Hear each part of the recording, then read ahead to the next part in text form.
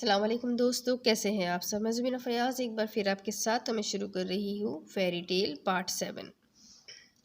یہ کوئی وقت ہے گھر آنے کا کسی لڑکی کا، وہ بھی شادی شدہ لڑکی کا؟ توبہ توبہ، لوگ سنیں گے تو کیا کہیں گے۔ مارسیا جیسے ہی گھر کے اندر داخل ہوئی، حسینہ کی تنزیہ بین کرتی آواز پر اس نے اپنی سرخی آنکھیں اٹھا کر حسینہ کو دیکھا تھا، جہاں وہ دونوں ماں بیٹیاں کمرے سے نکلی کھڑی اسے لعنت ملامت کرنے والی نظروں سے دیکھ رہی تھی۔ وہ انہیں نظر انداز کرتے ہوئے آگے بڑھی تو اسے سامنے فوزان کھڑا نظر آیا، جو اسے شعلہ بار نظروں سے گھور رہا تھا۔ تم اس وقت گھر آتی ہو؟ فوزان کی صرف آنکھوں میں ہی شعلہ نہیں تھا، لہجے بھی آگ لیے ہوئے تھا۔ وہ ہمیشہ لیٹ نائٹ 1:30-2 بجے تک گھر آتا تھا، تو تب مارسیا اسے صوفے پہ سوئی نظر آتی تھی، اور آج حسینہ کی وجہ سے جلدی آیا تو مارسیا رات 1 بجے گھر آ رہی تھی۔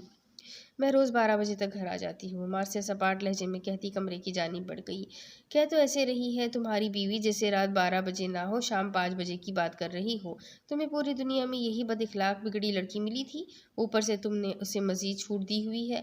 اب ہر کوئی میری معصوم ہانیہ کی جیسی تو نہیں ہوتی نا؟ حسینہ بیگم کی آواز سے کمرے میں اندر آئے تک آتی رہی تھی، جس سے لاپرواہ وہ صوفے پر جا بیٹھی تھی۔ آپ نے رلایا ہے مجھے، کیوں چھینا مجھ سے بابا کی جدائی پر رونے کا حق؟ میں اب بھی زندہ ہوں، یہ سب آپ کی وجہ سے ہوا۔ آپ اتنی بری کیوں ہے؟ درہ ذیلہ کا ایک ایک جملہ اسے اندر تک توڑ رہا تھا۔ درہ ذیلہ کی شکوہ کناں آنکھیں اس کی نگاہوں سے ہٹ ہی نہیں رہی تھی۔ وہ بہت سا رونا چاہتی تھی، پھوٹ پھوٹ کر عام لڑکیوں کی طرح رونا چاہتی تھی، اپنے اندر کا درد غبار آنسوؤں کے ذریعے باہر نکالنا چاہتی تھی، مگر وہ ایسا نہیں کر سکتی تھی کیونکہ وہ سمجھدار، ذہین اور مضبوط تھی۔ لوگوں کو اس سے رونے جیسی کمزوری اور بے وقوفی کی امید نہیں تھی، اسی لیے مضبوط سمجھدار لوگ عام انسانوں کی طرح رو نہیں سکتے تھے۔ انہیں رونے کے لیے ایسی جگہ کی ضرورت تھی جہاں کوئی ان کی آنسوؤں کو دیکھ نہ پائے، اور فی الحال وہ ایسی جگہ پہ موجود نہیں تھی۔ کل سے تمہارا گھر سے باہر جانا بند۔ فوزان کمرے میں داخل ہوتا اس کے سر پر کھڑے ہو کر شعلہ بار نظروں سے اسے دیکھتا حکم بھرے لہجے میں کہہ رہا تھا، گھر میں رہ کر حسینہ پھوپھی سے اچھی لڑکیوں کے طور طریقے سیکھو۔ آپ اتنی بری کیوں ہے؟ درہ ذیلہ کی آواز پھر سے اس کے کان میں گونجی تھی، جس پر اگلے ہی پل وہ صوفے پر لیٹ کر فوزان کی جانب دیکھے بنا بلینکٹ منہ تک اوڑھ گئی تھی۔ چہرہ چھپاتے ہی مارسیا کی آنکھوں میں خاموش آنسو بھرنے لگے تھے۔ وہ چیخ چیخ کر رونے کی خواہش تو پوری نہیں کر سکتی تھی، ہاں مگر خاموش آنسو ضرور بہا سکتی تھی۔ اور فوزان جو مارسیا کی جانب سے احتجاج اور ہنگامے کا منتظر تھا، حیران رہ گیا تھا۔ اس نے حسینہ سے بھی کچھ نہیں کہا تھا، اور اب فوزان کی باتیں بھی وہ خاموشی سے سن گئی تھی۔ آخر کیا ہو گیا تھا مارسیا تقی کو؟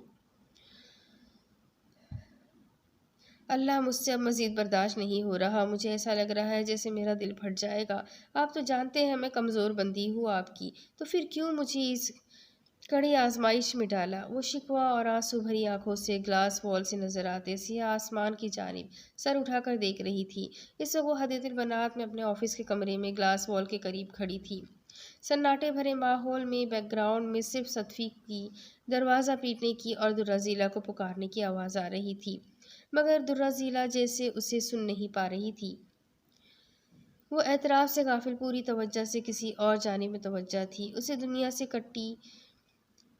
سے کٹی کسی اور دنیا میں تمہیں یاد ہوگا درہ ذیلہ کہ تم نے اپنے اللہ سے محبت کا دعویٰ کیا تھا، اور اللہ ہر اس بندے سے جو اس سے محبت کا دعویٰ کرتا ہے اس کی محبت کو آزماتا ہے، یہ دیکھنے کے لیے کہ وہ اپنے دعوے محبت میں کتنے سچے رکھتا ہے،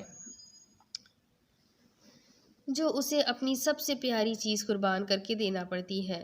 حضرت ابراہیم کے متعلق یاد ہے نا؟ تو کیا تم اپنی دعوائے محبت میں فیل ہونا چاہتی ہو؟ نہیں، بالکل نہیں، مگر میں اس کی تکلیف برداشت نہیں کر پا رہی۔ اپنے اندر سے ابھرتی نرم پاکیزہ آواز پر وہ فوراً منع کر گئی تھی، جو اسے شہرک سے بھی قریب محسوس ہو رہی تھی۔ آنسو آنکھوں کے کٹورے سے نکل کر تیزی سے رخسار پر بہہ رہے تھے۔ آزمائش اللہ کی جانب سے بھیجا ہوا ایک امتحان ہے، اور وہ امتحان انسان کو برداشت کرنا ہی پڑتا ہے، اور اس کے برداشت کے مطابق ہی عطا کرتا ہے۔ اللہ آزمائش میں برداشت سے زیادہ تکلیف دیتا ہی نہیں ہے، یہ تو تم جانتی ہو۔ ہاں میں جانتی ہوں، مگر میں نے آپ سے کہا تھا اللہ کہ مجھے آزمائش سے محفوظ رکھنا، کیونکہ مجھے ڈر لگتا ہے کہ میں فیل نہ ہو جاؤں۔ آزمائش میں تمہارے نہ چاہنے کے باوجود تمہیں اللہ سے مزید قریب کرنے کے لیے ڈالا گیا ہے، اور پھر آزمائش کے بعد جب تم اللہ کے مزید قریب ہو جاؤ گی تب وہ تمہیں ایسی اندیکھی طاقت دے دے گا کہ تم ان تمام حالت سے نڈر ہو کر لڑ جاؤ گی جو تمہاری نظر میں ناممکن ہے۔ جانتی ہو وہ تمہیں اتنی ہمت کیوں دے گا؟